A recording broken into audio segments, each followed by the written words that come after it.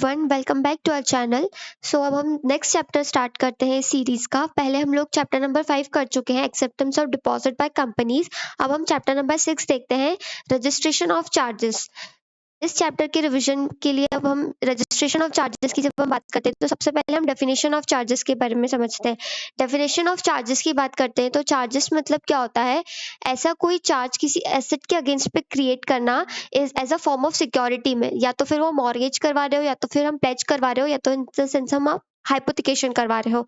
जब हम चार्जेस की बात करते हैं तो हमारा कोई इंटरेस्ट या फिर हम उस पर कुछ लीन करते हैं। इंटरेस्ट हम फिक्स्ड एसेट के टर्म में यूज करते हैं, या फिर जो शेयर्स डिबेंचर्स इन सब टाइप की चीजों पे यूज करते हैं। और लीन करना इन द सेंस हम जो गुड्स होते हैं हमारे, उसके लिए हम हमारे राइट को लीन करते हैं, तो उस टर्म के लिए हम यूज करते हैं।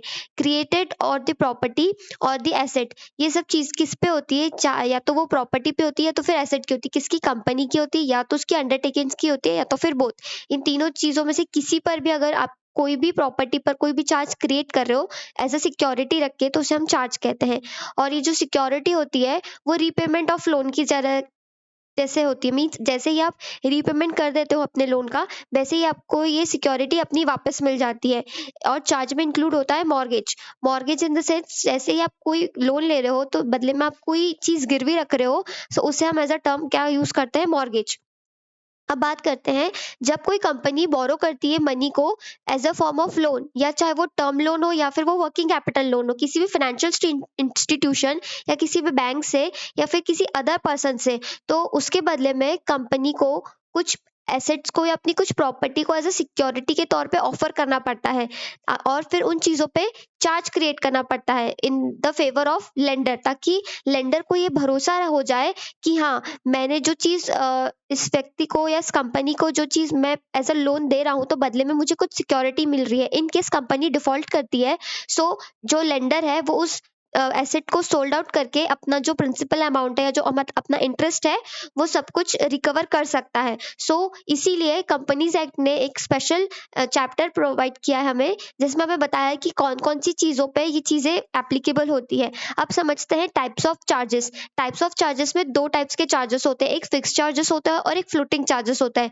फिक्स चार्जेस जैसी चीजें पे होती है जो फिक्स्ड एसेट्स पे लगता है, इसे हम डिटेल में समझेंगे। और जो फ्लोटिंग चार्जेस रहते हैं ये हमारी वर्किंग कैपिटल एसेट्स पे लगती है, जो स्टॉक इन ट्रेड हो गए, हमारे फिनिश गुड्स हो गए, रॉ मटेरियल्स हो गए, इन सब चीजों पे जो लगता है। जब हम फिक्स चार्ज की बात करते हैं तो ये ऐसी स्पेसिफिक एसेट्स पे लगता है जो कि परमानेंट नेचर की होती है, जैसे लैंड हो गई, बिल्डिंग हो गई, ये सारी चीजें। अब इनके अगेंस्ट में अगर हम जब चार्ज क्रिएट कर रहे हैं तो इसमें क्या होता है कि हमें परमिशन, बिना परमिशन के हम इन प्रॉपर्टी को या हम इन एसेट्स को हम सोल्ड आउट नहीं कर सकते। मींस हमने जिससे पैसे बोरो किए हैं, जो हमारा मनी लेंडर है, हमें उनसे परमिशन लेनी पड़ती है, तभी हम इन चीजों को सोल्ड कर सकते हैं। मतलब बिना उनकी कंसेंट से हम इन प्रॉपर्टीज को सोल्ड नहीं कर सकते। अगर एक बार चार्ज क्रिएट हो गया तो जो भी आपको चीजें आगे फर्दर करनी है इन प्रॉपर्टी से रिलेटेड, चार्ज क्रिएट होने के बाद तो सारा आपको अपने चार्ज होल्डर से परमिशन लेना पड़ती है। और वहीं अगर हम बात करते हैं फ्लोटिंग चार्जेस की, तो फ्लोटिंग चार्जेस ऐसी क्लास ऑफ एसेट्स पे होते हैं जैसे रॉ मटेरियल होगा, स्टॉक इन ट्रेड हो गए, डेटर्स हो गए। ये फ्लक्चुएटिंग नेचर के होते हैं और ये चेंजेस होते रहते हैं। और हमें बोरोइंग कंपनी से, जिससे हम बोरो कर रहे हैं, उनसे हमें परमिशन लेने की भी कोई जरूरत नहीं रहती है। अगर हमें कोई गुड्स सोल्ड करना है या परचेस करना है सो हम इजीली कर सकते हैं। इसे हमारी जो लेंडर कंपनी रहती है, जिससे भी हम लेंड करते हैं, पैसा जो हमें उधार दे रही है, जो हमारी बोरोड कंपनी जिससे हम लेते हैं पैसा, उससे हमें कोई भी परमिशन लेने की जरूरत नहीं होती है। तो ये उसी से रिलेटेड कुछ एग्जांपल्स हैं जो ये बताते हैं कि अगर आप कोई पैसा बोरो कर रहे हो तो और एज ए सिक्योरिटी में आप अपने गुड्स को सेल कर रहे हो, तो क्या आपको परमिशन लेने की जरूरत है? नहीं, हमें कोई भी परमिशन लेने की जरूरत नहीं है। ना ही उस पे जो कस्टमर है हमारा, उससे भी वो चीज फ्री ऑफ चार्ज मिलेगी। ऐसा नहीं कि कस्टमर को आपको उसके लिए कुछ पे करना पड़ रहा हो एक्स्ट्रा में, बिकॉज आप उन्हें बोले नहीं नहीं, इस चीज को तो हमने हमारे चार्ज क्रिएट करवा के रखा है, मीन्स हमने इन चीजों को मॉर्गेज करवा के रखा है, तो अब हम आपको ये चीज दे रहे हैं, तो आप हमें इसके बदले कुछ पैसा दो। नहीं, कस्टमर को भी ये सब चीजों के बारे में कुछ भी पेमेंट नहीं करना पड़ता है। जब उसके उसके बाद आता है एक topic, crystallisation of floating charges. Crystallisation of floating charges मतलब होता है इन द सेंस आप कोई चार्ज से रिलेटेड आपके ऊपर कोई चार्ज क्रिएट हुआ है और उसमें आपने कोई टर्म्स को ब्रीच किया है। टर्म्स को ब्रीच किया है मतलब आपने कोई इंस्टॉलमेंट में कोई डिफॉल्ट किया है, कोई इंटरेस्ट देने में कोई डिफॉल्ट किया है, और आपने किस पर चार्ज क्रिएट करा था, फ्लोटिंग चार्जेस पे आपने चार्ज क्रिएट करा था। सो आपने जिसके भी अगेंस्ट में चार्ज क्रिएट करा था, तो जो आपका मनी लेंडर है वो आपके फ्लोटिंग चार्जेस को क्रिस्टल कर सकता है, मीन्स उसे फिक्स्ड कर सकता है, फ्रीज कर सकता है। कैसे फ्रीज कर सकता है, तो जाके वो जो फ्लोटिंग चार्जेस रहते हैं ना, वो फिक्स चार्जेस में कन्वर्ट हो जाएंगे और आप बिना अपने लेंडर की परमिशन के उन चीजों को बेच नहीं सकते, चाहे वो रॉ मटेरियल हो, चाहे वो स्टॉक इन ट्रेड हो, चाहे वो कोई भी चीज हो। वो चीज किस पे हो जाती है, फिक्स्ड जैसा ट्रीट हो जाती है, फिक्स चार्ज में कन्वर्ट हो जाती है।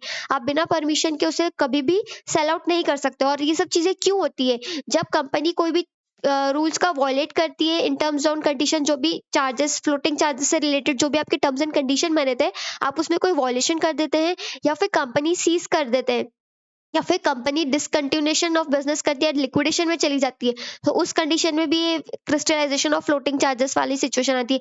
या फिर आपका कोई क्रेडिटर है जो आपको इन्फोर्स कर रहा है कि उसे अपनी कोई सिक्योरिटी की रिकवरी चाहिए, तो उस केस में भी वो आपके फ्लोटिंग चार्जेस को फिक्स चार्जेस में कन्वर्ट करवा सकता है।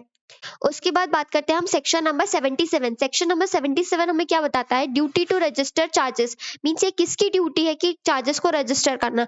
तो जब हम सेक्शन 77 की बात करते हैं, तो वो हमें क्या बताता है कि हम किन किन चीजों पे चार्ज क्रिएट कर सकते हैं। So registration of the company, registration by the company certaining a charge, means registration कौन करवाता है, कंपनी को करवाता है। आप कौन कौन से चार्ज पे, कैसे टाइप के चार्जेस पे क्रिएट करवाते हैं, वो हम देखते हैं। आप किसी भी प्रॉपर्टी पे चार्ज करवा सकते हैं, चाहे वो विद इन और आउटसाइड इंडिया हो वो प्रॉपर्टी, ठीक है। या तो वो टेंजेबल हो सकती है, या तो वो इनटेंजेबल हो सकती है, या तो वो प्रॉपर्टी आपकी इंडिया में हो सकती है, या तो फिर इंडिया के बाहर हो सकती है। यही सारी सब चीजें रहती है। जब हम चार्ज की बात करते हैं, तो इसमें प्रॉपर्टी और एसेट दोनों आती है, इंडिया की भी आती है और इंडिया के बाहर की भी आती है, और टेंजिबल भी आती है, इनटेंजिबल भी आती है। जब हम टेंजिबल की बात करते हैं तो लैंड, बिल्डिंग, मशीनरी और फाइनेंशियल एसेट्स, और जब हम इनटेंजिबल की बात करते हैं तो पेटेंट, कॉपीराइट, ट्रेडमार्क, ये सारी चीजें आ जाती है। उसी के साथ साथ जब भी चार्ज क्रिएट होता है, तो deposit of title deed, means आपको एक टाइटल डीड को भी क्रिएट करना पड़ता है, कि आपको टाइटल डीड में बताना पड़ता है कि आपने किन किन एसेट्स के अगेंस्ट पे क्या करा है, चार्ज क्रिएट करके रखा है। सो उससे क्या हो जाता है कि बोरोइंग कंपनी को पता चल जाता है कि हाँ, बोरोइंग कंपनी को एक श्योरिटी हो जाती है कि हाँ, ये जो बैंक हमें जो चार्ज दे रही है ना, इसके इसी एसेट्स पे आगे जो कंपनी है ना, वो फर्दर और लोन नहीं ले सकती है।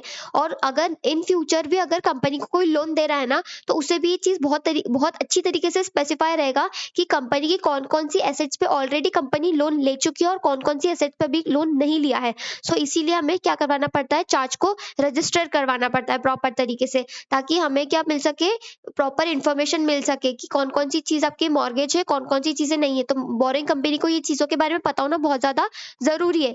नेक्स्ट चीज आती है कि registration by the charge holder. अब इसको रजिस्ट्रेशन कौन करवाता है, चार्ज होल्डर, मींस जिससे हम पैसा उधार पे ले रहे हैं ना, वो भी हमारे अगेंस्ट में क्या करवा सकता है, हमारी एसेट को हमारे चार्ज क्रिएट करवा सकता है। मींस उसके पास भी राइट होता है कि वो भी रजिस्ट्रार के पास जाके चार्ज क्रिएट करवा सकता है। इसके बारे में हम समझेंगे सेक्शन नंबर 78 में।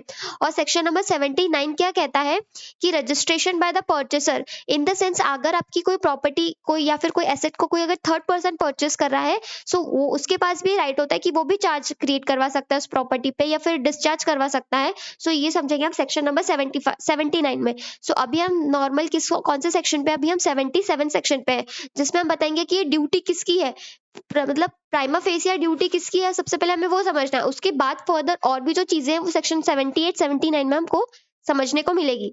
अब बात करते हैं हाउ टू रजिस्टर चार्जेस। जब आपको चार्ज रजिस्टर करवाना है तो कैसे करवाना है। सबसे पहले चार्ज रजिस्टर करवाने के लिए एक प्रेस्क्राइब फॉर्म है, तो उसकी कॉपी आपको किसको देनी पड़ेगी, रजिस्ट्रार को देनी पड़ेगी। इस प्रेस्क्राइब फॉर्म क्या है, CHG 1 या CHG 9 एज पर दी कंडीशन। CHG 9 कब लगेगा, इन केस ऑफ डिबेंचर लगेगा, और CHG 1 लगेगा in the form of other securities में आपको CHG 1 देना पड़ेगा। तो जब भी आप डिबेंचर्स के केस में चार्ज क्रिएट करवा रहे हो तो आपको CHG 9 देना पड़ेगा आरओसी को, और अगर आप नॉर्मल अदर किसी एसेट के अगेंस्ट में चार्ज क्रिएट करवा रहे हो तो नॉर्मली CHG 1 में हो जाएगा। रजिस्ट्रार को देना है, किसे देना है, कंपनी को देना है, ठीक है। ड्यूली साइन करके with in the 30 days of the creation of charge, जब से चार्ज क्रिएट होता है उसके 30 डेज के अंदर अंदर आपको रजिस्टर्ड करवाना है उस चार्ज को रजिस्ट्रार के पास प्रेस्क्राइब फॉर्म में, जो कि हमारा CHG 1 और CHG 9। उसके बाद बात करते हैं हम वेरिफिकेशन ऑफ इंस्ट्रूमेंट, मींस को वेरीफाइड भी तो होना चाहिए ना। मींस आप रजिस्ट्रार के पास तो जाके बता रहे हो, पर रजिस्ट्रार के पास कोई प्रूफ भी तो होना चाहिए कि ये जो आपके पास सिक्योरिटी आप चार्ज के अगेंस्ट उसके अगेंस्ट क्रिएट कर रहे हो तो वो वेरीफाइड एसेट है या नहीं, तो उसके उसके पास कोई प्रूफ होना चाहिए उसका वेरिफिकेशन के लिए। तो जब आपकी कोई डीड होती है, फिर कोई इंस्ट्रूमेंट होता है, या फिर आपकी कोई सी प्रॉपर्टी होती है जो आपकी इंडिया के बाहर रहती है, मीन्स आप डीड या क्रिएट कर रहे हो, मीन्स चार्ज आप क्रिएट कर रहे हो, बट ऐसी प्रॉपर्टी पे जो आपकी इंडिया के बाहर सिचुएटेड है, इंडिया में वो नहीं है, सो उसके लिए आपको क्या करना पड़ता है, वेरीफाइड करवाना पड़ता है उसको सर्टिफिकेट देके। सर्टिफिकेट में क्या होता है, सील होती है कंपनी की, ओके। उसके साथ साथ जो डायरेक्टर्स रहते हैं या फिर कंपनी सेक्रेटरी रहता है या फिर कोई ऑथराइज्ड ऑफिसर रहता है ऑफ द चार्ज होल्डर, इन सबके सिग्नेचर लगते हैं, इनमें से किसी का भी सिग्नेचर लगता है।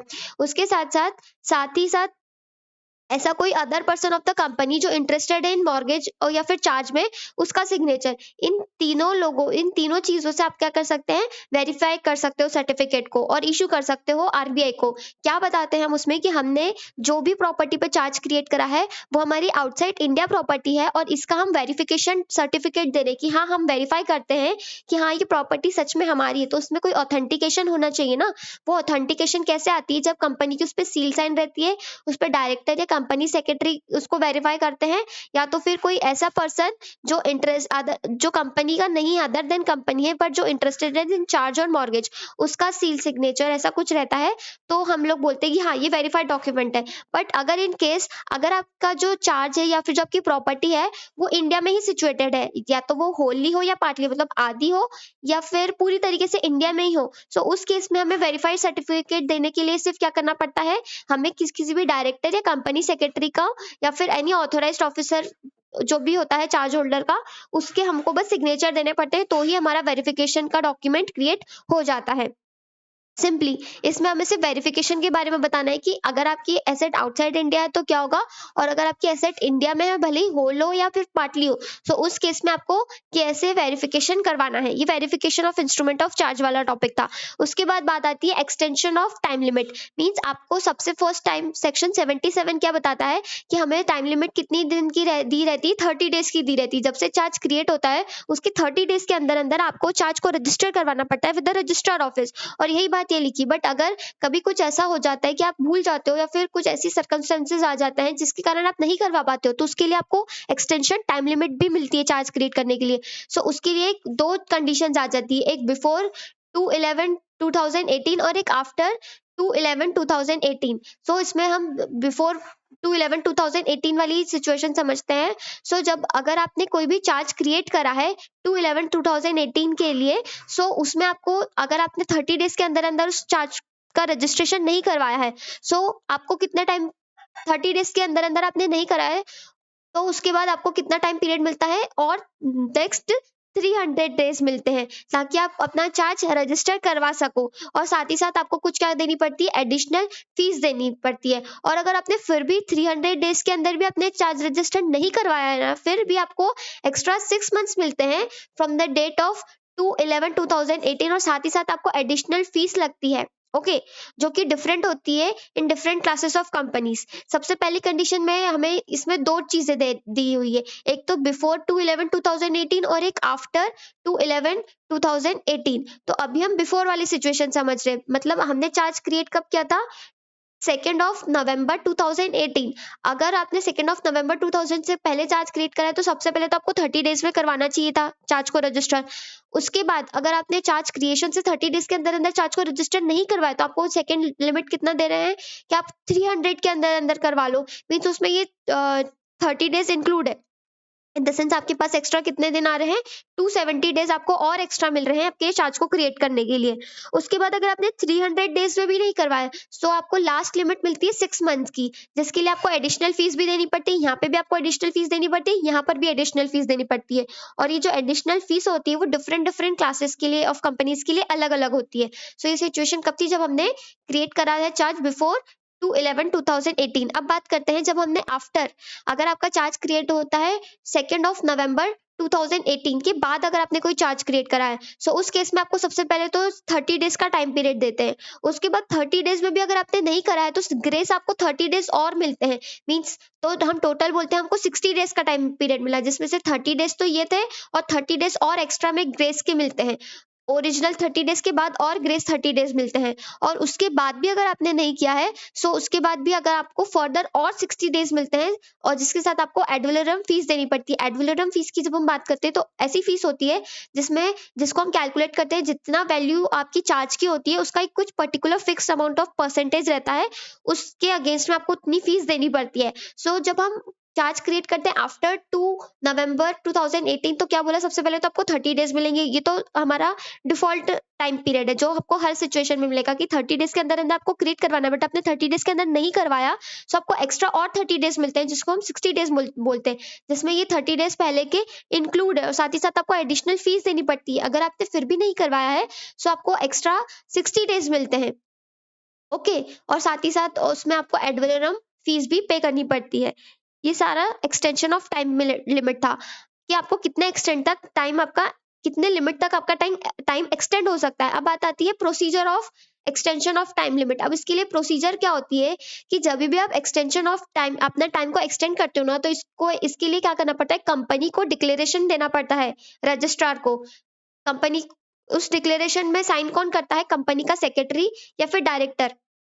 और वो ये बताता है कि क्या-क्या ऐसे सफिशिएंट कॉजेज़ हुए थे, मीन्स क्या ऐसे रीज़न आ गया था कि वो टाइम पे जो चार्ज है वो क्रिएट नहीं करवा पाए थे। उसका ओरिजिनल 30 डेज़ के पीरियड में वो चार्ज क्यों नहीं क्रिएट करवा पाए थे, इसका डिक्लेरेशन देना पड़ता है कंपनी को, आरओसी को, साथ ही साथ उसको साइन करवाना पड़ता है कंपनी सेक्रेटरी, डायरेक्टर के बिहाफ में उसे साइन करवा के बताना पड़ता है। और जो भी आपकी फीस बनती है, एडिशनल फीस हो या फिर एडवलरम फीस हो, एप्लीकेबल जो भी आपको लगता है, वो सारा कुछ पे करना पड़ता है आपको। ये सारा उसकी क्या थी, प्रोसीजर थी। अब बात करते हैं issue of certificate of charge. Means आपने एक बार चार्ज क्रिएट करवा दिया तो रजिस्ट्रार क्या देगा आपको, एक सर्टिफिकेट इशू कर देगा, जो कि ये बात का एविडेंस रहेगा कि इस प्रॉपर्टी पे अब एक चार्ज क्रिएट हो चुका है। सो इसके लिए आपको क्या मिलेगा, सर्टिफिकेट मिलेगा। जब भी आप अपनी कोई भी प्रॉपर्टी को, चार्ज को मॉडिफाई करते हैं, रजिस्टर करते हैं, सो क्या होता है, रजिस्ट्रार आपको क्या देता है, एक प्रिस्क्राइब फॉर्म में क्या देता है, सर्टिफिकेट ऑफ रजिस्ट्रेशन देता है कि आप इस प्रॉपर्टी के अगेंस्ट आपका चार्ज क्रिएट हो चुका है। तो वो क्या होता है, CHG 2, जिसमें क्या बात करते हैं, हम सर्टिफिकेट ऑफ रजिस्ट्रेशन की बात करते हैं। उसके बाद हम ये बात करते हैं कि सेक्शन 77 किन किन चीजों पे अप्लाई नहीं होता है। सो सेक्शन 77 कुछ चीजों पे अप्लाई नहीं होता है, जिसको कंसल्ट करते हैं आरबीआई। मींस आरबीआई ने जिन चीजों को बता के रखा है, उन चीजों पे सेक्शन 77 अप्लाई नहीं होता है। ओके, अब बात करते हैं हम सेक्शन 80 की। सेक्शन 80 क्या बोलता है हमें, deemed notice of charge. Deemed notice of charge in the sense, जब हम देखो, सबसे पहले तो हमने ये समझा कि हमें चार्ज कैसे क्रिएट करना है, हमें एक्सटेंड कितने टाइम तक मिल सकती है लिमिट, ये सारी बातें होती है। अब यहाँ पर ये बात आती है कि सारे जो चार्जेस हैं वो कौन क्रिएट करवाता है, जिसने प्रॉपर्टी, मतलब जिसने क्या करा है, पैसा बोरो किया है, वो चार्ज क्रिएट करवाता है। बट कभी-कभी क्या हो जाता है कि जो लेंडर होता है वो भी चार्ज क्रिएट करवा सकता है। इन द सेंस हम ये बोल सकते हैं कि सारे चार्ज किसके रिस्पेक्टिव में रजिस्टर होते हैं, रजिस्ट्रार ऑफ कंपनीज के रिस्पेक्ट में रजिस्टर होते हैं, और वो क्या होता है, एक पब्लिक डॉक्यूमेंट हो जाता है। सो ये बात का सबको पता होना बहुत ज्यादा जरूरी है कि कंपनी के किन चीजों पे चार्ज क्रिएट हो चुका है, किन चीजों पे चार्ज क्रिएट नहीं हुआ है। सो इसीलिए क्या होता है, जैसे ही चार्ज क्रिएट हो जाता है ना, सो इसको मानते हैं कि ये डीम्ड नोटिस ऑफ चार्ज है। इन द सेंस अब ये मान लिया जाएगा कि इस चार्ज की जो नॉलेज है ना, वो थर्ड पार्टी को रहेगी। इन द सेंस अगर कोई भी पर्सन आपको अगर लोन देने आ रहा है और आप उसको ये जैसे समझ लो ये टीवी है और आप इसके अगेंस्ट में लोन ले रहे हो, और अगर आपको कोई थर्ड पर्सन लोन दे रहा है तो आप ये समझ के चलोगे कि इस व्यक्ति को, इस थर्ड पर्सन को पहले से ही पता है कि आपकी इस प्रॉपर्टी पे चार्ज क्रिएट है या नहीं। मीन्स अगर आपने एक बार रजिस्ट्रार के पास चार्ज क्रिएट करवा दिया, तो ये मान लिया जाता है कि डीम्ड नोटिस है वो। मीन्स आप अगर आप अब आपने ये जनहित में जारी कर दिया, इन द सेंस पब्लिक में भी आपने इस बात को बता दिया है, ठीक है, कि हमारी इस प्रॉपर्टी पे चार्ज क्रिएट है, इन द सेंस ताकि अगर कोई नेक्स्ट पर्सन आता है और आपको वो फ्रेश लोन दे रहा है, सो वो उसके लिए हम ये समझते हैं कि उसको पहले से ही पता था, या इम्प्लाइड था, या हम मान के चलते कि उसको इस बात का नॉलेज था कि वो हमारा सारी चार्ज शीट जो है वो समझ के आया, और उसको पता है कि हमारी कौन सी एसेट पे चार्ज क्रिएट है, कौन सी एसेट पे चार्ज क्रिएट नहीं है। इन द सेंस अगर ऐसा होता है कि वो पर्सन बोलता है कि नहीं मुझे पता ही नहीं था कि कौन सी एसेट पे चार्ज क्रिएट है, कौन सी एसेट पे चार्ज क्रिएट नहीं है, तो वो हमारी प्रॉब्लम नहीं होती है, वो उस पर्टिकुलर लेंडर की प्रॉब्लम होती है कि अगर वो बाद में ऐसा बोल के अपना मुकर नहीं सकता है। उसे जो भी चीजें हैं, हमारी जो डॉक्यूमेंट्स है वो पहले पढ़ के ही आना चाहिए। हम ये चीज मान के चलते हैं, और अगर इन केस फ्यूचर कुछ ऐसा डिस्प्यूट होता है तो उसमें कंपनी की कोई भी लायबल नहीं होती है, और कंपनी उसके क्लेम को नहीं एंटरटेनमेंट करती है। क्यों? क्योंकि कंपनी क्या बोलती है कि आपकी गलती है, आपको पहले समझना चाहिए था कि आप हमने समझा कि आपने हमारा नोटिस ऑफ चार्ज समझ के आए हो, बट आप नहीं समझ के आए। तो उस केस में इसीलिए हम कहते हैं कि जब आप एक बार कंपनी को रजिस्टर करवा देते हो चार्ज को, तो इन द सेंस हम ये बोल सकते हैं कि अब वो बात सबको पता चल चुकी है। इन केस अगर कौन-कौन से कंसीक्वेंसेस होते हैं अगर आप चार्ज को क्रिएट नहीं कर पाते हो, तो ये बात हम कब करते हैं? सेक्शन 73 के सबसेक्शन 3 और सबसेक्शन 4 में। अभी तक हमने सेक्शन 77 का सबसेक्शन 1 और 2 समझा था, जिसमें हमने कैसे चार्ज क्रिएट होता है और कितने टाइम तक उसकी प्रोसीजर एक्सटेंड होती है। और उसके बाद ये जो हमने डीम्ड नोटिस ऑफ चार्ज समझा, ये सेक्शन 80 समझा कि अगर कोई भी व्यक्ति आता है और हम ये समझ के चलते हैं कि उसे पहले से ही हमारी चार्ज के बारे में सारा कुछ पता है। अब बात करते हैं अगर कौन-कौन से कॉन्सिक्वेंसेस होंगे, मीन्स आपको क्या-क्या प्रॉब्लम फेस करनी पड़ेगी अगर आप रजिस्ट्रेशन नहीं करवाते हो चार्ज का। तो अगर आपने कोई भी चार्ज क्रिएट नहीं करा है कंपनी ने अपनी किसी एसेट के ऊपर, सो क्या होगा? अगर तो हमें ऐसे सपोज करेंगे कि अगर कभी लिक्विडेशन का टाइम आता है, ठीक है? तो अब किन-किन लोगों को किस-किस लोगों को सबसे पहले पैसा मिलेगा? जिन लोगों ने पहले चार्ज क्रिएट करा है उन लोगों को, या जिन लोगों ने चार्ज क्रिएट नहीं किया है उन लोगों को? तो ऑब्वियस सी बात है, जिनका पहले से ही चार्ज रजिस्टर्ड है या क्रिएटेड है, उन लोगों को ही पहले प्रायोरिटी दी जाएगी, और उसके बाद उन लोगों को दी जाएगी जिन लोगों ने चार्ज के लिए रजिस्टर्ड नहीं करा है।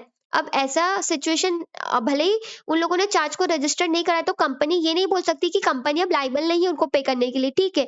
कुछ एक्सटेंट तक उनकी जो प्रेफरेंस है वो पीछे हो सकती है, प्रेफरेंस उनकी कम हो जाएगी as comparison to the those who registered their charges, but उनकी जो कंपनी की जो लायबिलिटी है उस क्रेडिटर के अगेंस्ट वो खत्म नहीं होगी। जब भी ऐसी कोई लिक्विडेशन की कोई कंडीशन आ जाती है, सो उस टाइम पे क्या होता है, लिक्विडेटर अपॉइंट होता है, ठीक है। अब जैसे ही लिक्विडेटर अपॉइंट होता है, तो लिक्विडेटर अपॉइंट होने के बाद किसी क्रेडिटर के अगेंस्ट अगर कोई लिक्विडेटर अपॉइंट होता है at the time of winding up, तो लिक्विडेटर को भी बताना पड़ता है आरओसी को कि आरओसी, हमने इस कंपनी की लिक्विडेशन वाली प्रोसीजर में मैं कंपनी की रजिस्टर्ड एसेट्स पे चार्ज क्रिएट जिनको हुआ है उनको उनका पैसा लौटाने के लिए, और जिनके अगेंस्ट में चार्ज क्रिएट नहीं हुआ है उनको उनको उनका पूरा पैसा लौटाने की जिम्मेदारी मुझे मिली है, ठीक है। तो ये सारी चीजें किसको बतानी पड़ती है? लिक्विडेटर को, रजिस्ट्रार को बतानी पड़ती है। और साथ ही साथ इसमें वो वाली बात भी कही है कि अगर आपने किसी चीज पे चार्ज क्रिएट नहीं करा है किसी एसेट पे, तो उस पर्सन की प्रेफरेंस क्या हो जाती है? कम हो जाती है। मतलब उसकी लायबिलिटी नहीं, कंपनी की जो लायबिलिटी है उसके अगेंस्ट वो खत्म नहीं हो जाती, सिर्फ इस वाले क्रेडिटर को प्रेफरेंस कम मिलती है, और उसका जो डेट होता है वो इनवैलिड होता है, और इसके पास राइट भी होता है कि वो कोर्ट में कंपनी को सू कर सकता है। ओके।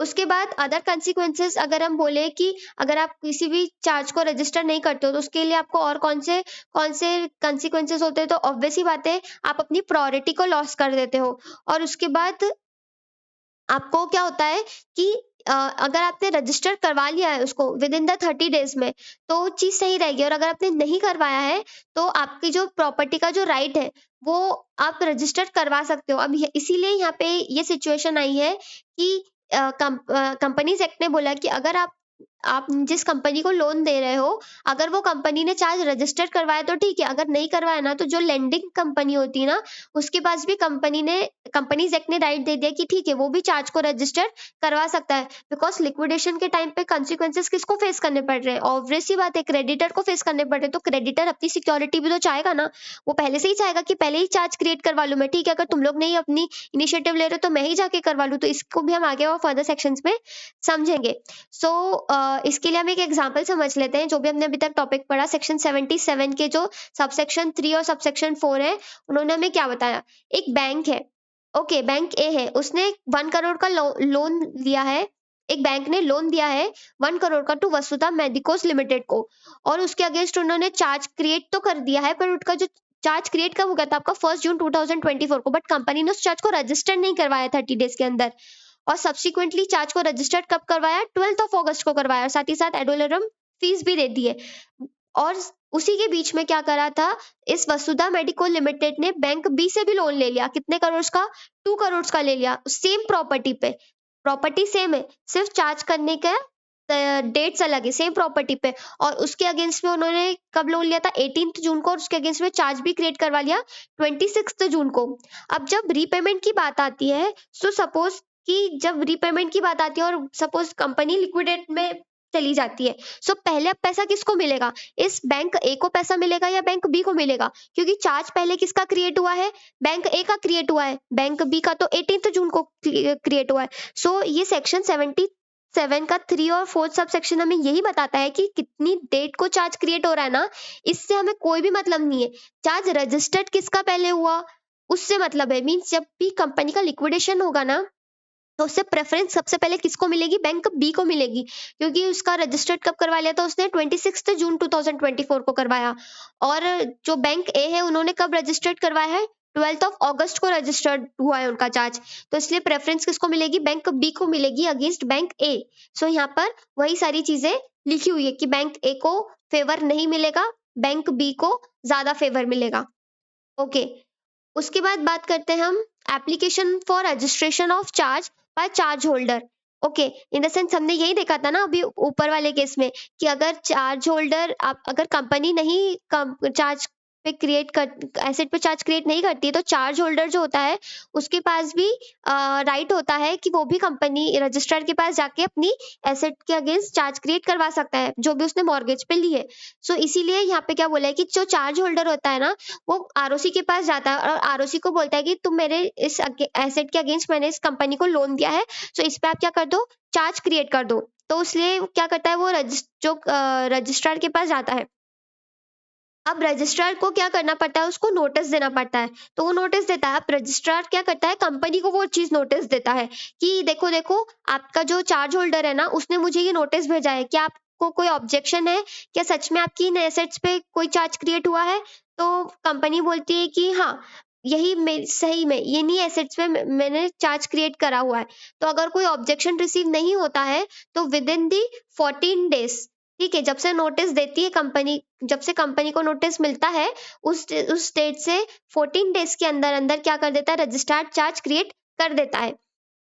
कब? जब कंपनी को कोई ऑब्जेक्शन नहीं होता, और इन द सेंस अगर कोई भी ऑब्जेक्शन रिसीव होता है और कंपनी क्या बोलती है? रजिस्ट्रार को बोलती है कि नहीं, कुछ ऐसे कंडीशंस थे जिसकी वजह से हम चार्ज क्रिएट नहीं कर पाए हैं, अब हम खुद से ही करवा लेंगे। तो उस केस में क्या करता है उस केस में क्या करता है कंपनी, सॉरी, रजिस्ट्रार उस केस में क्या करता है? अलाउ नहीं करता है चार्ज होल्डर को रजिस्टर करने के लिए, क्योंकि यहाँ पे क्या कंपनी क्या बोलती है कि हाँ ठीक है, मुझे थोड़ा सा टाइम दे, तो मैं खुद ही करवा लूंगी, अभी मैं थोड़ा बिजी हूँ, या फिर कुछ भी जो भी शो कॉज या जो भी सफिशिएंट रीजन है वो बता देती है।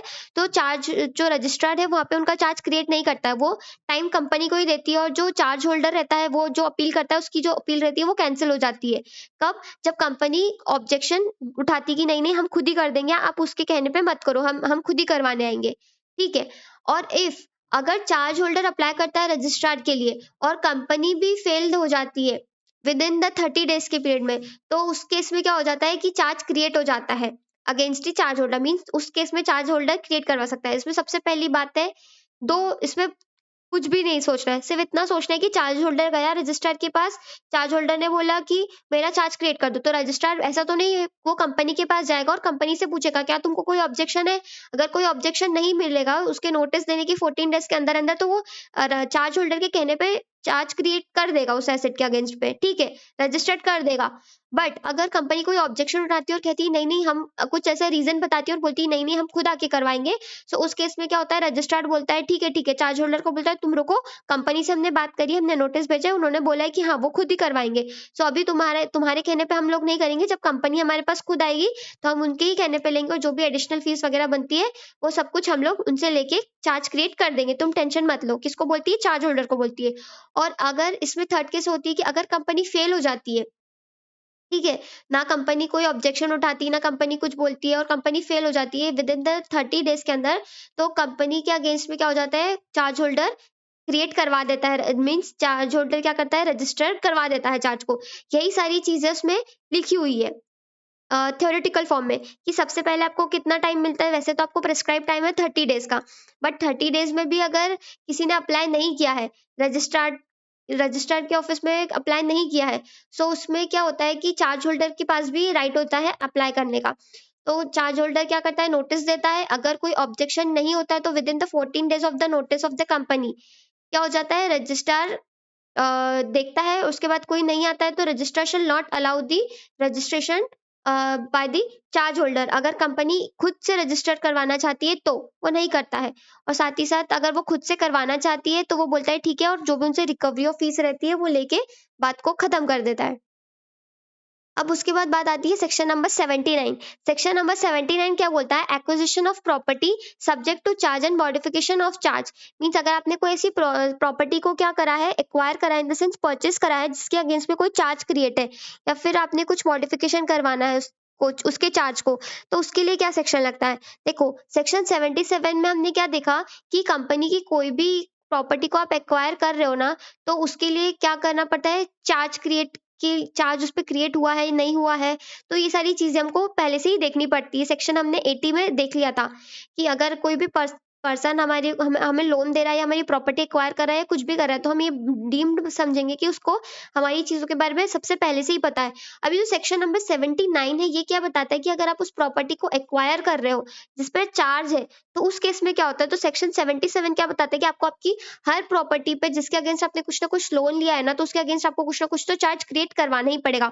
और अगर कुछ मॉडिफिकेशंस होते हैं ना, तो आपको वो भी सब कुछ क्रिएट करवा के किसको बताना पड़ेगा, रजिस्ट्रार को बताना पड़ेगा, ताकि वो सारे उस मॉडिफिकेशंस को भी उस चीज़ में कर सकें। अब सेक्शन 79 ये बोलता है कि कंपनी एक्वायर कर रही है any property subject to charge. तो इसमें क्या बोलता है कि चार्ज ऑलरेडी रजिस्टर्ड है, रजिस्ट्रार के पास चार्ज ऑलरेडी रजिस्टर्ड है, और अगर आप उस प्रॉपर्टी को सोल्ड कर रहे हो with the permission of charge holder की परमिशन है और आप उस प्रॉपर्टी को सोल्ड कर रहे हो, तो जो कंपनी उस प्रॉपर्टी को एक्वायर कर रही है, सो चार्ज चार्ज आपने किसके अगेंस्ट में रजिस्टर करवाया था, सेक्शन 77 के अगेंस्ट जो भी सब कंप्लायंस था, आपने उसके अगेंस्ट चार्ज रजिस्टर करवाया था। अब जो कंपनी उस प्रॉपर्टी को परचेस कर रही है, तो वो क्या करेगी, सबसे पहले तो उस चार्ज को वेकेट करेगी, मीन्स उसके साथ में जो भी पैसा-वैसा जो भी बनता है, सारा कुछ दे रही है पैसा, ठीक है? और उसके अगेंस्ट में क्या कर रही है, न्यू चार्ज क्रिएट हो रहा है। सबसे पहले ये प्रॉपर्टी थी, मिस्टर ए ने पहले इसके ऊपर चार्ज क्रिएट करवाया था। अब क्या हो रहा है कि ये जो मतलब हमारी जो प्रॉपर्टी थी, इस पे हमने लोन लेके मिस्टर ए से पैसा लिया था।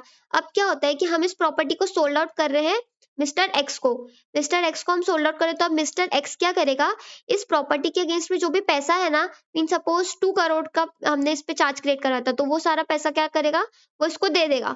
और क्या बोलेगा रजिस्ट्रार ऑफ कंपनी को कि ठीक है, मैंने इसका सारा पेमेंट कर दिया है, तो आप इसका चार्ज या तो हटा दो, या तो फिर वो ये बोलेगा कि आप चार्ज शीट में से इस व्यक्ति का नाम हटा के अब मेरे नाम पे न्यू चार्ज रजिस्टर्ड करो कि अब मैं इस प्रॉपर्टी का ओनर हूँ, तो अब ये पैसा आपको मैं दूंगा।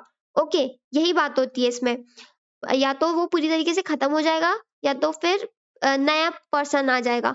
अब उसके बाद आती है modification charges when there is charge in terms of condition. अब मॉडिफिकेशन चार्जेस की कब बात आती है, तो हम इसमें वो समझेंगे। मॉडिफिकेशन की बात कब आती है, जब कुछ टर्म्स में कुछ चेंजेस हो जाते हैं, कुछ कंडीशंस में चेंजेस हो जाते हैं, तो उस सिचुएशन में मॉडिफिकेशन की बात करते हैं।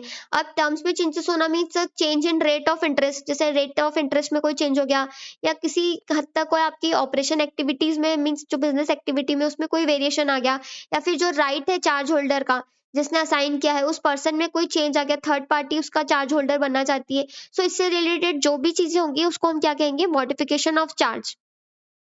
उसके लिए यहाँ पे कुछ एग्जांपल्स दिए हुए हैं कि जब चार्ज मॉडिफाई होता है तो उसके लिए बहुत सारी टर्म्स एंड कंडीशन होती है। तो क्या, जब आपने चार्ज क्रिएट करा था तो बहुत सारी टर्म्स एंड कंडीशन हुई, अब उन्हीं एग्जिस्टिंग टर्म्स एंड कंडीशंस में अगर कोई चेंजेस आ रहा है तो उसे हम क्या कहेंगे, मॉडिफिकेशन कहेंगे। उसके बाद where the modification is in pursuance an agreement for enhancing और decreasing the limits, in the sense आपने जो भी कुछ एग्रीमेंट किया था उसमें आप कोई लिमिट को बढ़ा रहे हो, कम कर रहे हो, तो वो भी हमारी एक तरीके से क्या कहलाया जाएगा, मॉडिफिकेशन ही कहलाया जाएगा। मॉडिफिकेशन में हम ये भी बात करते हैं कि अगर आपकी आपकी कोई चार्ज को आप सरेंडर कर रहे हो, इन द सेंस आप किसी और पर्सन को आपकी प्रॉपर्टी को सोल्ड आउट कर रहे हो, तो उस केस में भी आपका क्या कहलाया जाएगा, वो मॉडिफिकेशन ऑफ चार्ज कहलाया जाएगा। Where the change in rate of interest, तो भी वो मॉडिफिकेशन ऑफ चार्ज आएगा। अगर आप उसके बदले में आपको कोई रीपेमेंट कर रहा है, मीन जो पर्सन आपकी अगेंस्ट में प्रॉपर्टी खरीद रहा है तो वो उस प्रॉपर्टी का रीपेमेंट कर रहा है, सो वो भी क्या कहलाया जाएगा, मॉडिफिकेशन ऑफ चार्जेस ही कहलाया जाएगा। अब जब हमने मॉडिफिकेशन ऑफ चार्जेस करवा लिया, मीन्स जो भी चेंजेस थे हमने वो सारे चेंजेस करवा लिए, तो हमें ये क्या बताना पड़ेगा, आईसीआई सॉरी आरओसी को भी बताना पड़ेगा कि देखो आरओसी, हमने ये सब मॉडिफिकेशन करवा दिए हैं और इसके बदले में आपको रजिस्ट्रार क्या करेगा, इशू करेगा सीएचजी 3 में कि हाँ ठीक है, आपके पास ये सर्टिफिकेट देते हैं कि आपकी चार्ज पे ये मॉडिफिकेशन हमने रजिस्टर्ड कर लिया है। ये क्या रहेगा, कंक्लूसिव एविडेंस रहेगा कंपनी के पास, जो उसको आरओसी देगा सीएचजी 3 में। अब बात करते हैं रजिस्टर ऑफ चार्जेस। अब इन चार्जेस को रजिस्टर्ड कौन कर रहा है, आरओसी कर रहा है, तो इसका रजिस्टर भी कौन मेंटेन करके रखेगा, आरओसी करके रखेगा ना। तो सेक्शन 81 क्या बोलता है कि आरओसी को क्या करना पड़ता है, एक रजिस्टर मेंटेन करके रखना पड़ता है। उसमें क्या करता है, वो डिटेल्स रखता है हर कंपनी की, किन किन चीजों पे उसने चार्ज रजिस्टर्ड करवाया है और किस किस फॉर्म में, किस किस मैनर में उसने चार्ज रजिस्टर करवाया है। ये सारी डिटेल्स कौन रख रहा है, आरओसी रख रहा है। और साथ ही साथ वो ये रजिस्टर को, जो भी वो रजिस्टर मेंटेन करता है ना, उसको मिनिस्ट्री ऑफ कॉर्पोरेट अफेयर के इस पोर्टल पे मतलब पब्लिश कर देता है, जिससे ये माना जाता है कि अब ये सब पब्लिक को पता चल गया है।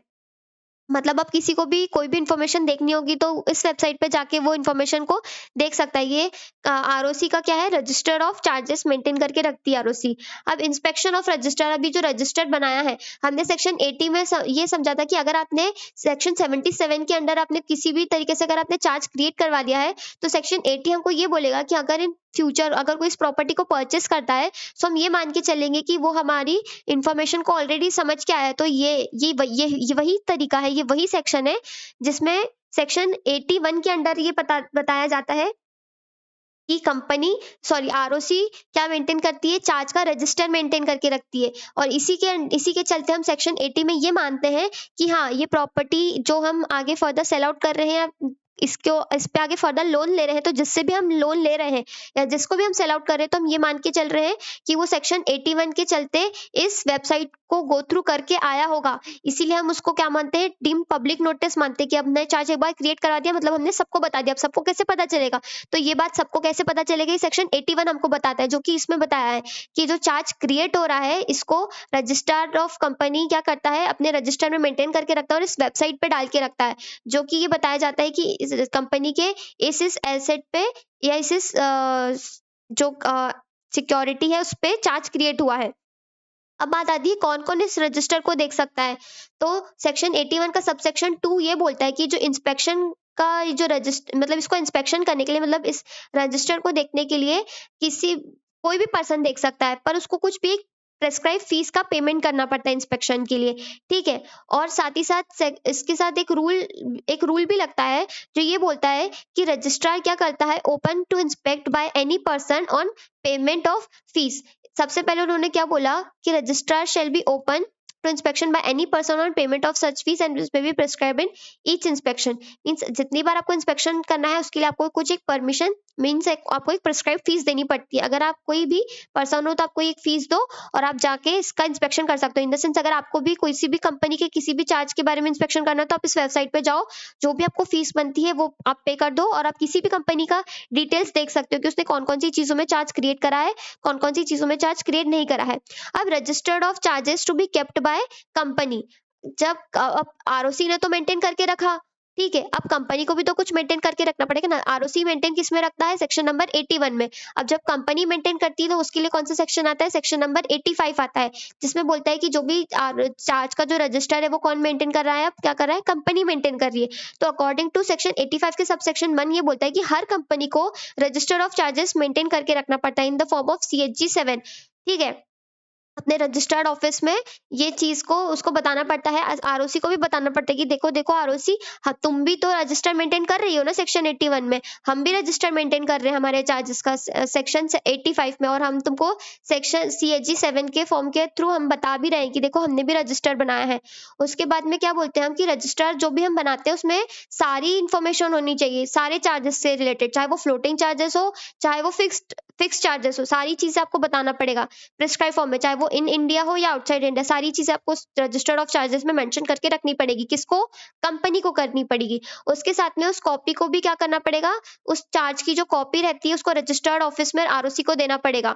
जो भी आपकी जो रजिस्टर की जो कॉपी रहेगी उसको आरओसी को देना पड़ेगा इन CHG 7 फॉर्म में। और उसके साथ साथ ये बोलते हैं कि कंपनी जो भी अपनी रजिस्टर में जिन भी चीजों पे चार्ज क्रिएट करती है, किसी भी प्रॉपर्टी को अगर वो एक्वायर कर रही है, अगर उसमें कोई मॉडिफिकेशन आता है किसी भी चार्ज में या कुछ भी, तो उन सारी चीजों को भी वो अपने चार्ज में क्या करती है? रजिस्ट्रेशन करती है। या तो कोई सी प्रॉपर्टी को एक्वायर कर रही है, सोल्ड कर रही है, या तो फिर उसके चार्ज में कोई भी मॉडिफिकेशन आ रहा है, तो वो सारी चीज को भी कंपनी क्या कर रही है? अपने रजिस्टर में लिखकर सब कुछ रख रही है। उसके साथ-साथ नेक्स्ट चीज़ हमें ये बोलती है कि जो भी रजिस्टर में जो एंट्रीज़ होती है, वो कैसे एंट्रीज़ होती है? तो सबसे पहले एंट्रीज़ कब-कब होगी? या तो आप कोई चार्ज क्रिएट कर रहे हो, कोई चार्ज मॉडिफाई कर रहे हो, या फिर satisfaction of charge. Satisfaction of charge in the sense आपने कोई लोन लिया था, कोई एसेट के अगेंस्ट कोई लोन लिया था, सपोज 10 करोड़ का लोन लिया था और आपने अब उस लोन का रीपेमेंट कर दिया है। सो अब वो चार्ज क्या हो जाएगा? हट जाएगा, उसपे से ये लायबिलिटी मीन्स लोन वाली जो लायबिलिटी वो हट जाएगी। तो इसको क्या बोलते हैं हम? Satisfaction of charge. तो इन तीनों चीज़ों के बारे में आपको बताना पड़ेगा अपने रजिस्टर्ड में, रजिस्टर ऑफ चार्जेस में, जो कौन मेंटेन कर रहा है? कंपनी मेंटेन कर रही है। साथ ही साथ उसमें क्या करेगा? एंट्री कौन करेगा? कोई ऑथराइज्ड पर्सन ही कर सकेगा ना, ऐसा थोड़ी है कि कोई भी एम्प्लॉयी आके उसमें एंट्री करने लग जाएगा। तो उसमें कौन-कौन कर सकता है? जिसको ऑथेंटिकेट करा है बाय अ डायरेक्टर ने, या तो फिर कोई कंपनी सेक्रेटरी कर सकता है, या कोई ऐसा पर्सन जिसको ऑथराइज करा है बोर्ड ऑफ डायरेक्टर ने। कौन-कौन? 3 ही लोग कर सकते हैं। या तो कोई डायरेक्टर कर सकता है, या तो कोई कंपनी सेक्रेटरी कर सकता है, या कोई ऐसा पर्सन जिसको बोर्ड ऑफ डायरेक्टर ने ऑथराइज किया हो। ये 3 ही लोग उस चार्ज ऑफ रजिस्टर में एंट्रीज कर सकते हैं। अब बात आती है, जैसे हमने ऊपर वाले सेक्शन में समझा था सेक्शन 81 में, कि जो आरओसी का रजिस्टर रहता है उसको भी कोई भी देख सकता है प्रिस्क्राइब फीस को लेके। तो क्या कंपनी के रजिस्टर को भी कोई भी इंस्पेक्शन कर सकता है क्या? तो हम उसके बारे में अब देखते हैं। तो सेक्शन 85 का सबसेक्शन 2 क्या बोलता है? जब इंस्पेक्शन ऑफ रजिस्टर की बात आती है, तो ये जो इंस्पेक्शन ऑफ रजिस्टर रहता है, ये ओपन रहता है during the business hours. Means business hours में ये ओपन रहता है, और कोई भी मेंबर, चाहे वो क्रेडिटर हो, बिना किसी कोई भी मेंबर या क्रेडिटर, कोई भी कंपनी का मेंबर या कोई भी क्रेडिटर हो, वो किसी भी बिना फीस पेमेंट करे कंपनी का रजिस्टर्ड ऑफ चार्ज देख सकता है। या तो फिर ऐसा कोई person on payment of prescribe fees, means अगर वो कोई मेंबर नहीं है, ना ही वो क्रेडिटर है, फिर भी अगर वो कंपनी का चार्ज ऑफ रजिस्टर देखना चाहता है तो उसको क्या करना पड़ता है? प्रिस्क्राइब फीस देनी पड़ती है, ठीक है। Subject to reasonable registration as the company as is articles. और वो भी कब? अगर कंपनी ने अपने आर्टिकल में सब प्रिस्क्राइब करके लिखा हो कि अगर किसी थर्ड पर्सन को हमारे रजिस्टर ऑफ चार्जेस को देखना पड़ेगा तो उसको कुछ भी ऐसे प्रिस्क्राइब फीस देनी पड़ेगी, अगर ऐसी कोई रेस्ट्रिक्शन लगाई हो तो। वरना बिना ही फीस के लिए कोई भी मेंबर और कोई भी क्रेडिटर देख सकता है कंपनी का चार्ज ऑफ रजिस्टर। बट अगर कंपनी कोई रेस्ट्रिक्शन लगाई है, तब जाके उसके लिए अपने आर्टिकल में लगाई है, तो उसके लिए जो भी है प्रिस्क्राइब फीस किसी थर्ड पर्सन को पे करनी पड़ेगी। बाकी मेंबर के लिए और क्रेडिटर के लिए तो वो हमेशा फ्री में ही रहेगा। उसके बाद करते हैं बात preservation of register. Preservation of register मतलब कंपनी ने जो ये रजिस्टर मेंटेन करके रखा है, उसको कितने टाइम तक कंपनी को सँभाल के रखना पड़ेगा परमानेंट? तो कंपनी को इसको सँभाल के रखना पड़ेगा 8 इयर्स तक। जब से उसमें from the date of satisfaction of charge, जब से आप उस चार्ज के बदले अपना रीपेमेंट कर देते हो ना, मीन्स इस एसेट के अगेंस्ट आपने रीपेमेंट कर दिया ना, सारा पैसा चुकता कर दिया ना, उसके बाद भी आपको 8 साल तक उस रजिस्टर को सँभाल के रखना है। आप उसको खत्म नहीं कर सकते हो। ऐसा नहीं कि फाड़ के फेंक दिया, नहीं, उसको सँभाल के रखना है 8 साल तक। अब उसके बाद बात करते हैं हम सेक्शन नंबर 82। सेक्शन नंबर 82 हमें क्या बोलता है कि company to report satisfaction of charges under section 82 means company को क्या करना पड़ता है, रिपोर्ट करना पड़ता है सैटिस्फैक्शन ऑफ चार्जेस। अभी हमने समझा था सैटिस्फैक्शन ऑफ चार्जेस के बारे में, अब हम और अच्छे से समझेंगे। सैटिस्फैक्शन ऑफ चार्जेस मतलब कि आप किसी भी चीज का क्या कर रहे हो, रीपेमेंट कर रहे हो। तो रीपेमेंट कर रहे हो तो वो भी आरओसी को बताना पड़ेगा ना। मॉडिफिकेशन में हमने समझा था ना कि अगर आप कोई भी सेल कर रहे हो या फिर आप कोई भी चीज का रीपेमेंट कर रहे हो, तो रीपेमेंट वाली चीज को ही हम क्या बोलते हैं, सेटिस्फेक्शन ऑफ चार्ज। मतलब आप उस एसेट के अगेंस्ट वो चार्ज हट चुका है, तो उसको हम क्या बोलेंगे, सेटिस्फेक्शन ऑफ चार्ज। तो सेटिस्फेक्शन ऑफ चार्ज के केस में भी क्या करना पड़ता है, कंपनी को आरओसी को बताना पड़ता है। किस फॉर्म में बताना पड़ता है, सीएचजी फॉर्म में आरओसी को कंपनी को बताना पड़ता है कि देखो अब हमारे पर ये चार्ज हटा दो, हमने इसका रीपेमेंट कर दिया है। कितने टाइम पीरियड में बताना पड़ता है, विद इन द 30 डेज। जब से आप सेटिस्फेक्शन करते हो, from the date of such payment of और सेटिस्फेक्शन, जिस दिन आप पेमेंट करते हो या फिर जिस दिन आपका सेटिस्फाइड हो जाता है चार्ज, आप पूरा पेमेंट कर देते हो, उस दिन से 30 डेज के अंदर अंदर आपको आरओसी को सीएचजी फॉर्म में बताना पड़ता है, ताकि जो आरओसी है उसके अगेंस्ट, उस एसेट के अगेंस्ट जो भी चार्ज क्रिएट है उसको हटा सके। अब एक्सटेंडेड पीरियड क्या है, अब आलसी लोग भरे पड़े होंगे कंपनी में, तो क्या होगा, 30 दिन के अंदर अंदर अगर उन लोगों ने नहीं दिया तो कंपनी आरओसी ने कितने टाइम ऑफ लिमिट एक्स्ट्रा दिया है, तो अगर 30 दिन के अंदर अंदर तुम लोगों ने नहीं दिया ना, तो कंपनी तुमको 300 दिन देती है, मतलब और 270 डेज और एक्स्ट्रा में दे रही है कि ठीक है, अगर तुमने 30 दिन के अंदर नहीं करा है ना, तो तुमको हम और 300 डेज देते हैं। उसके बीच में ही हमको तुम बता दो कि हाँ तुमने इस चार्ज के अगेंस्ट जो भी पेमेंट बनता है सारा कुछ दे दिया है और सेटिस्फेक्शन ले लिया है।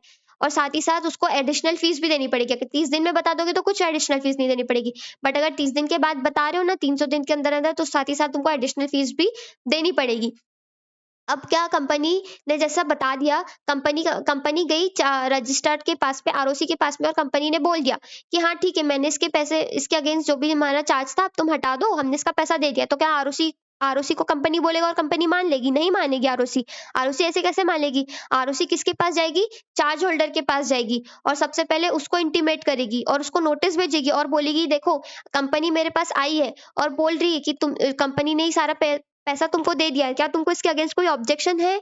अगर जो चार्ज होल्डर है, अगर उसको ऑब्जेक्शन होगा तो वो बता देगा। अगर उसको ऑब्जेक्शन, अगर आरओसी ने उसको नोटिस भेजा और 14 दिन तक कंपनी ने कोई भी ऑब्जेक्शन रेस नहीं किया कि हाँ उनको कोई भी प्रॉब्लम है या उससे कंपनी ने उनको पेमेंट नहीं किया या कुछ भी, अगर 14 दिन के अंदर अंदर उन्होंने कोई भी इंफॉर्मेशन आरओसी को नहीं बताई, तो कंपनी के कहने पे आरओसी क्या कर देगा, satisfaction of satisfaction of charge को रजिस्टर कर देगा। आरओसी मान लेगा कि हाँ ठीक है, कंपनी सही बोल रही है। 14 दिन का टाइम दिया था ना, और जो चार्ज होल्डर था उससे पूछा हमने, उसने 14 दिन के अंदर अंदर कुछ नहीं बताया, मतलब हाँ कंपनी तुम सही बोल रहे हो, मैं तुम्हारी बात मान के इसको चार्ज को हटा देता हूँ। बट अगर अगर कोई शो कॉज नहीं रहता है तो क्या होता है, अगर कोई शो कॉज रहता है, सॉरी, अगर कोई शो कॉज रहता है इन द सेंस कोई ऑब्जेक्शन रहता है, अगर कोई ऑब्जेक्शन नहीं रहता है तब तो आप 14 दिन का टाइम लिमिट देते हो, नहीं बताते हैं तो करवा देते हो। बट अगर कोई मतलब अगर कोई शो कॉज रहता है इन द सेंस कोई ऑब्जेक्शन रहता है, जो आपका चार्ज होल्डर रहता है उसको कोई ऑब्जेक्शन रहता है, तो उस केस में क्या होता है, रजिस्टर बिल्कुल भी रजिस्टर नहीं कर रही, मीन्स ये जो आप जो पढ़ रहे हो ना, सेटिस्फेक्शन ऑफ चार्ज, तो उस केस में क्या करती है, आरओसी रजिस्टर नहीं करती है और कंपनी को बोलती है तुम झूठ बोल रहे हो, देखो तुम जिससे तुमने लोन लिया था उसको प्रॉब्लम है, वो तो बोल रहा है कि तुमने उसको पैसा नहीं दिया और तुम तो मुझे झूठ झूठ आके बता रहे हो, तो अब मैं तुम्हारा ये जो सेटिस्फेक्शन ऑफ चार्जेस को रजिस्टर नहीं करूंगा। ठीक है, तो अगर जो चार्ज होल्डर रहता है उसको कोई दिक्कत रहती ना, कुछ ऑब्जेक्शन रहता है ना, तो उस केस में क्या होता है कि रिकॉर्ड में रजिस्टर नहीं होता। बट अगर कोई भी दिक्कत नहीं रहती है ना, तो क्या करता है, जो रजिस्ट्रार देता है वो मेमोरेंडम ऑफ सेटिस्फेक्शन दे देता है और ये बता देता है कि हाँ ठीक है, मुझे कोई भी नोटिस नहीं मिला है और मैं इस चीज को क्या कर रहा हूँ, अब प्रिस्क्राइब कर रहा हूँ, और रजिस्ट्रार उसको क्या कर देता है, ड्यूली साइन करके दे देता है। अब बात आती है issue of certificate in the sense, अब बताना भी तो पड़ेगा कि आपने कोई भी चार्ज को अगर सेटिस्फाई कर दिया है तो उसके लिए आपके पास प्रूफ भी होना पड़ेगा ना। जब आपने चार्ज क्रिएट करा था तो अब आपने रजिस्ट्रेशन ऑफ चार्ज का सर्टिफिकेट लिया था, आपने वेरीफाई करा था, आपने उसका भी सर्टिफिकेट लिया था आरओसी से। तो आरओसी, अब आपने सारा पेमेंट दे दिए तो आपको आरओसी उसका भी तो सर्टिफिकेट देगी ना। तो अब इश्यू ऑफ सर्टिफिकेट ये बोलता है कि आरओसी, जब से आरओसी आपको इश्यू करेगा certificate of registration of satisfaction of charge, मतलब इसमें सीएचजी 5 में ये बताएगा आरओसी कि हाँ ठीक है, जो भी चार्ज के अगेंस्ट आपने रजिस्ट्रेशन करवाया था और उसके अगेंस्ट में आपने सेटिस्फेक्शन कर दिया है, मतलब सारा पेमेंट आपने कर दिया, तो ये बात उसका सर्टिफिकेट रहेगा। और ये सारे रिकॉर्ड्स को कंपनी को कब तक मेंटेन करके रखना पड़ेगा? 8 इयर्स तक मेंटेन करके रखना पड़ेगा। ठीक है? अगर आपका कोई भी चार्ज आप क्रिएट कर रहे हो या कोई भी मॉडिफाई कर रहे हो या प्रिजर्व कर रहे हो या फिर कोई भी चार्ज को डिस्चार्ज कर रहे हो, तो उसके बाद भी कंपनी को 8 साल तक उस चीज़ के डॉक्यूमेंट के बारे में संभाल के रखना पड़ेगा। ये सेक्शन नंबर 83 की, जिसमें हम बात करते हैं power of registrar to make entries of satisfaction and release in absence of intimation of from company. In the sense, अगर आरओसी को ना तो रजिस्ट्रार ने मींस आरओसी को सेटिस्फेक्शन की जो इंटीमेशन है, मींस जो सेटिस्फेक्शन मतलब आपने इस प्रॉपर्टी के अगेंस्ट में रीपेमेंट कर दिया है या अपने इस प्रॉपर्टी को फर्दर आगे सेल आउट कर दिया है, इस बात की इंफॉर्मेशन ना तो कंपनी दे रही है ना तो चार्ज होल्डर दे रहा है। सो आरओसी के पास राइट होता है कि वो फिर भी इसके अगेंस्ट जो भी सेटिस्फेक्शन बनता है या फिर जो भी चीजें सब रिकॉर्डेड करने के लिए जरूरत रहती है, तो उसके अगेंस्ट जो सेटिस्फेक्शन रहता है ना, वो रजिस्टर्ड कर सकती है आरओसी। मतलब अगर किसी थर्ड पर्सन ने इस प्रॉपर्टी को परचेस कर लिया है, ओके, तो आरओसी के पास ना तो कंपनी गई ना तो चार्ज होल्डर गया। ये जो थर्ड पर्सन है ये खुद ही जाके आरओसी को बोलते हैं कि आरओसी, मैंने ये प्रॉपर्टी को परचेस कर लिया है। कंपनी कंपनी बोलेगी अब मैंने तो इस प्रॉपर्टी को उसको सेल आउट कर दिया, मैं क्यों जाऊँ आरओसी के पास। जो चार्ज होल्डर रहेगा वो भी बोलेगा कि मुझे तो इस पर्सन ने पेमेंट कर दिया है, मैं क्यों जाऊँ आरओसी को बताने। तो जो पर्सन सेल आउट करता है वो ही अगर जाके बताता है या फिर नहीं भी बताता है, तो भी आरओसी क्या करती है कि उसके अगेंस्ट में सेटिस्फेक्शन ऑफ चार्ज को क्रिएट कर देती है। सो ये सेक्शन नंबर 83 हमें यही बताता है कि अगर कोई भी इंटीमेशन नहीं मिलता है फ्रॉम द कंपनी, कब सिचुएशन क्या सिचुएशन में नहीं मिलता है कि अगर आप जो प्रॉपर्टी जिसके अगेंस्ट आपने चार्ज क्रिएट करा था, आपने या तो उसको सोल्ड कर दिया हो किसी थर्ड पार्टी को, और ना तो कंपनी ने बताया आरओसी को ना तो चार्ज होल्डर ने बताया कि इस प्रॉपर्टी के अगेंस्ट में जो भी है वो चार्ज का क्या हो चुका है, सेटिस्फेक्शन हो चुका है, किसी ने भी नहीं बताया। तो थर्ड पार्टी के कहने पर उसके एविडेंस वो जो भी शो करेगा, उसके कहने पे जो रजिस्ट्रार है उसके अगेंस्ट क्या कर देगा, सेटिस्फेक्शन का सर्टिफिकेट इशू कर सकता है। कब कर सकता है, जब उसके उस एसेट के अगेंस्ट क्या हो, सेटिस्फेक्शन हो, होली हो या पार्टली हो। मीन्स या तो आधी प्रॉपर्टी का सेटिस्फेक्शन मिला हो या तो पूरी प्रॉपर्टी में पूरी तरीके से सेटिस्फेक्शन मिला हो, तो रजिस्टर क्या कर देगा, उस प्रॉपर्टी को रिलीज कर देगा फ्रॉम द चार्ज। ठीक है, और उसको कंपनी के एसेट में से भी हटा देगा, सीज कर देगा कि अब वो कंपनी के एसेट का पार्ट नहीं है, वहां से भी उस प्रॉपर्टी को हटा देगा। कब, जब कंपनी ने किसी थर्ड पर्सन को किसी प्रॉपर्टी को सोल्ड आउट कर दिया है और उस थर्ड पर्सन ने चार्ज होल्डर का भी पैसा दे दिया है और कंपनी का भी जो भी शेयर बनता है वो भी सब कुछ दे दिया है। और आरओसी को ये बात किसी ने भी नहीं बताई, ना कंपनी ने बताई है ना तो चार्ज होल्डर ने बताई। आरओसी को ये बात कोई भी नहीं बता रहा है, तो जो थर्ड पार्टी है वही खुद जाके बता रहा है। तो उस केस में भी आरओसी के पास राइट रहता है कि वो सर्टिफिकेट ऑफ सेटिस्फेक्शन इशू कर सकता है। तो यहाँ पे वही सिचुएशंस बताई हुई है कि कब कर सकता है, जब जो भी डेट है वो सेटिस्फाई पूरी तरीके से होगा या फिर नहीं, आधे आधे में ही होगा तो भी, या तो प्रॉपर्टी चार्ज से रिलीज हो चुकी पूरी तरीके से, प्रॉपर्टी पूरी का या तो एक पार्ट या पूरी तरीके से प्रॉपर्टी का पेमेंट कर चुका है थर्ड पार्टी, और अब एसेट क्या हो चुकी है, सीज हो चुकी। मींस कंपनी की जो वो एसेट है वो अब कंपनी के पार्ट नहीं रही है, अब वो किसी और की एसेट का पार्ट रही है। तो उस केस में भी क्या कर देगा, रजिस्टर्ड उसको सीज करेगा, मतलब हटा देगा कंपनी की प्रॉपर्टी में से, और उसको किसी ने भी इंटीमेशन नहीं दिया। तो सेक्शन 82 सेक्शन जो हमारा 83 है वो ये बोलता है कि आपका ये जो भी राइट था ना 83 82 के सबसेक्शन 4 में, या फिर जो 82 में जो भी राइट दिया था ना कि आपको आरओसी को इंटीमेट करना पड़ेगा कि तभी आपका जो सेटिस्फेक्शन ऑफ चार्ज क्रिएट होगा, तो ये वाले सेक्शन पे कोई भी इफेक्ट नहीं होगा। अगर आप खुद से जाके बता रहे हो तो ऑब्वियस सी बात है आरओसी आपका रजिस्ट्रेशन ऑफ सेटिस्फेक्शन आपको देगा। वो मानेगा कि ठीक है आपने इसका पेमेंट कर दिया, बट अगर आप नहीं जा रहे हो उसके पास, तो उस केस में सेक्शन 83 बोलता है कि आरओसी को हमने खुद, आरओसी को ही उन्होंने खुद ही पावर दे दी है कि आरओसी उनको क्या करेगा, आरओसी के पास जब ऐसी आरओसी को पावर दे दी कि आरओसी खुद ही रजिस्टर्ड ऑफ मतलब चार्ज को सेटिस्फाई करेगा। कैसे सेटिस्फाई करेगा? वो इंटीमेशन भेजेगा, मतलब एक नोटिस भेजेगा। किसको भेजेगा? कंपनी को भी भेजेगा और चार्ज होल्डर को भी भेजेगा और बोलेगा क्या तुमको कोई भी प्रॉब्लम है, कोई भी ऑब्जेक्शन है? अगर उनको कोई भी ऑब्जेक्शन नहीं रहेगा तो विद इन 30 डेज के अंदर अंदर वो क्या कर देगा, उस एंट्री को रजिस्टर्ड कर देगा और बोल देगा कि ठीक है अब इस पे कोई भी चार्ज नहीं क्रिएटेड है। कौन? आरओसी।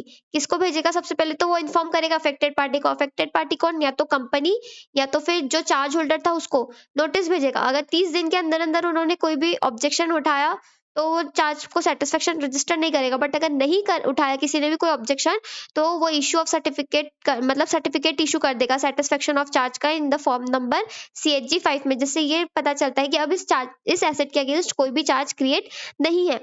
अब बात आती है सेक्शन नंबर 84 की। सेक्शन नंबर 84 क्या बोलता है कि intimation of appointment of the receiver of और मैनेजर। सेक्शन नंबर 84 में ये बात क्यों आई है कि कोई भी अपॉइंटमेंट हो रहा है किसी भी रिसीवर या मैनेजर का, ये सब कब होता है? जब कोई पर्सन अपॉइंट होता है as a manager of the property subject of charge, या तो फिर किसी पर्सन को आप ऐसा रिसीवर अपॉइंट करते हो जिसके पास पावर रहती है सारी कुछ। अब वो पर्सन कौन होता है? मैनेजर आप कोई अपॉइंट करते हो किसी कंपनी का। रजिस्ट्रार तो उसे बताना पड़ता है रजिस्ट्रार को विद इन 30 डेज के अंदर अंदर। इन द सेंस कोई भी रिसीवर या मैनेजर, जैसे कि वापस रीपेमेंट करने के लिए अगर कोई भी मैनेजर अपॉइंट किया जाता है, तो ये उस चीज के बारे में है। ठीक है, तो उस चीज को भी क्या क्या करना पड़ता है? आपको रजिस्ट्रार को बताना पड़ता है। On ceasing to holding such appointment, CHG 6 में इसके लिए फॉर्म नंबर में आरओसी को बताना पड़ता है कि आरओसी इसके अगेंस्ट में कोई एक रजिस्ट्रार सॉरी कोई एक मैनेजर या रिसीवर अपॉइंट हुआ है जो क्या करेगा, हमको पैसा वापस से दिलवा के देगा। अब ये सेक्शन जो है ना, ये थोड़ा डिफरेंट है। यहाँ पे हम लिक्विडेशन की बात नहीं कर रहे हैं। यहाँ पे कहीं पर भी वर्ड लिक्विडेशन यूज नहीं हुआ है। बट जब हमने सेक्शन 77 का सेक्शन नंबर 3 और 4 पढ़ा था ना, तो वहां पे हमने लिक्विडेटर की बात करी थी कि जब भी लिक्विडेशन का टाइम आएगा और लिक्विडेटर अपॉइंट होता है, तो वो क्या करेगा, उन लोगों को प्रेफरेंस देगा जिनकी जिन उन एसेट्स को या उन क्रेडिटर्स को प्रेफरेंस मिलेगी जिन्होंने अपने चार्ज को रजिस्टर्ड करवाया है। उन लोगों को नहीं मिलेगा जिन लोगों ने चार्ज को रजिस्टर नहीं करवाया। और यहाँ पर क्या हो रहा है कि intimation of appointment of receiver, मतलब आप बता रहे हो आरओसी को ये बता रहे हो कि हम लोग इस प्रॉपर्टी को अच्छे से हैंडल नहीं कर पा रहे, तो इसीलिए हम लोगों ने क्या कर के रखा है, एक रिसीवर को या फिर एक मैनेजर को अपॉइंट करके रखा हुआ है जो कि सारी चीजें देखेगा अब हमारे बिहाफ में। ठीक है, तो उस चीज के बारे में आपको आरओसी को बताना पड़ेगा with in the 30 days from the appointment. बस इसमें वही बात है, इसको लिक्विडेटर वाले पॉइंट से मिसमैच नहीं करना है और इसकी इंफॉर्मेशन आपको CHG 6 में बतानी है। अब उसके बाद आता है सेक्शन नंबर 86। सेक्शन 86 बोलता है पनिशमेंट फॉर कॉन्ट्रावेंशन। अगर आपने ऊपर दी गई किसी भी चीज का कॉन्ट्रावेंशन किया है, मतलब जो भी आपको सेक्शन बताए थे, सेक्शन 77 में आपको चार्ज को क्रिएट करना था। सेक्शन 80 में हम ये समझते हैं कि वो डीम्ड नोटिस मान लिया जाता है। सेक्शन 82, सेक्शन 83, 84 जो भी सारी चीजें हैं, सेक्शन 84 या फिर जो भी आपको रजिस्टर मेंटेन करके रखना था, सारी चीजें कंपनी कर रही है या सही से नहीं कर रही है। अगर कंपनी कोई भी कॉन्ट्रावेंशन करती है तो कंपनी को कितनी पेनल्टी मिलेगी? कंपनी के लिए पेनल्टी है 5 लाख रुपीज। ठीक है, कंपनी के लिए पेनल्टी कितनी है? 5 लाख रुपीज। और ऑफिसर इन डिफॉल्ट को कितनी है? 5000 रुपीज तक की पेनल्टी लग सकती है। और साथ ही साथ ये बोलते हैं कि अगर पनिशमेंट ऑफ फ्रॉड वाला केस दिख गया, तो उस केस में पनिशमेंट ऑफ फ्रॉड वाली किसी आपने कोई इनकरेक्ट इन्फॉर्मेशन दी है या तो फिर आपने सप्रेस करा है किसी मटेरियल इन्फॉर्मेशन को जो कि रिलेवेंट इन्फॉर्मेशन थी, वो आपने नहीं बताई है इन द रजिस्ट्रेशन। सेक्शन 77 में रजिस्ट्रेशन करते टाइम आपने वो चीजें नहीं बताई है, तो आपके ऊपर सेक्शन 447 लग जाएगा, मतलब फ्रॉड वाला सेक्शन लग जाएगा। सबसे पहले तो उन्होंने बोला कि सेक्शन 86 क्या बोलते हैं कि अगर आपने ऊपर चीजें जो भी आपको कंप्लाइंस करनी थी नहीं है, तो कंपनी को 5 लाख तक की पेनल्टी लगेगी और ऑफिसर इन डिफॉल्ट को 5000 तक की पेनल्टी लगेगी। बट जो भी आपने फ्रॉड करा है, अगर अपने मतलब फ्रॉड के इंटेंशन, जो भी गलतियां हुई है वो फ्रॉड के इंटेंशन से हुई, मतलब आपने गलत इन्फॉर्मेशन दी है सेक्शन 77 में, या तो फिर आपने किसी मटेरियल इन्फॉर्मेशन को सप्रेस करा है, तो आपके ऊपर क्या लगेगा, सेक्शन 447 लगेगा। अब उसके बाद बात आती है सेक्शन नंबर 87 की। सेक्शन नंबर 87 ये लास्ट सेक्शन है इस चैप्टर का, जो कि हमको ये बताता है कि rectification by the central government in registered of changes in register of charges. मतलब इसमें क्या बोलता है कि सेंट्रल गवर्नमेंट के पास भी ऑर्डर होता है कि वो भी आरओसी राइट होता है कि वो भी आरओसी को राइट दे सकती, मींस आरओसी को ऑर्डर कर सकती है कि आप जो भी एसेट पे जो भी चार्जेस है उस पे आप रेक्टिफाई कर सकते हो। इसका पावर किसके पास रहता है, सेंट्रल गवर्नमेंट के पास। कब कब सिचुएशन में, व्हेन देयर वाज ओमिशन, जब कोई भूल जाता है आरओसी को बताना with respect to the payment. और आपने वो जो सबसे फर्स्ट हमने सेक्शन 77 में जो लिमिट समझी थी कि 30 डेज में दो, या तो फिर 30 डेज में नहीं दिया तो फर्दर और 60 डेज मिलते थे, 60 डेज में नहीं दिया तो फिर और 60 डेज मिलते थे आफ्टर द 2/11 2018 में। ओके, क्योंकि अब तो हमारे लिए यही अप्लाई होगा ना। तो ये सब चीजों में अगर आपने नहीं दिया है और आप भूल गए हो फिर भी रजिस्टर्ड करना, तो कंपनी को किसके पास जाना पड़ता है, सीजी के पास जाना पड़ता है। और सीजी को जाके बोलता है कि हम ओमिशन हो गया, तो सीजी किसको बोलता है, सेंट्रल गवर्नमेंट इंटीमेशन देता है रजिस्ट्रार ऑफ कंपनी को, और बोलता है कि ठीक है अब आप इनका जो जो भी ओमिशन था वो हो गया है, तो इनका जो भी आप रजिस्टर है वो अब आप इसके अगेंस्ट जो भी आप चार्जेस कंपनी जो भी रजिस्टर करवाना चाह रही है इसको आप रजिस्टर कर दो। या तो फिर कोई तरीके से कोई मिस स्टेटमेंट था, ठीक है, कोई भी चीज गलती हो गई थी तो वो चीज ठीक करवाने के लिए आरओसी नहीं कर रहा है, तो अब तो भी आपको सीजी के पास जाना पड़ेगा। तो एक बार जब सीजी सेटिस्फाई हो जाती है तो वो क्या कर देगी, आरओसी को इंटीमेट कर देगी, application in the form of CHG 8 shall be filed by the company or any interested person। तो आपका जो भी है वो रेक्टिफिकेशन वाली सारी प्रोसेस हो जाएगी, और इसी के साथ ये चैप्टर खत्म होता है। Thank you.